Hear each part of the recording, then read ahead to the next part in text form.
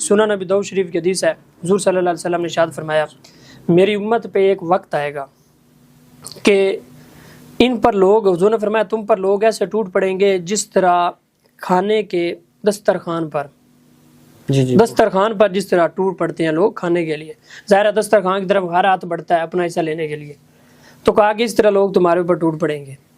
صحابہ نے کہا یا رسول اللہ ہم اس وقت تعداد میں کم ہوں گے، تعداد ہماری تھوڑی ہوگی، کیوں ایسا ہوگا؟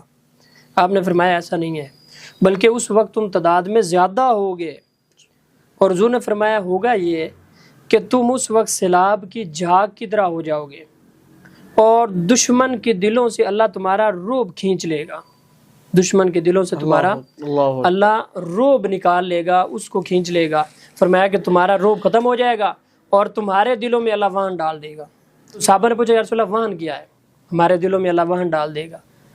تو آپ نے فرمایا کہ دنیا کی محبت اللہ تمہارے دلوں میں ڈال دے گا، اور موت سے نفرت، موت کا ڈر، یہ وہن ہے۔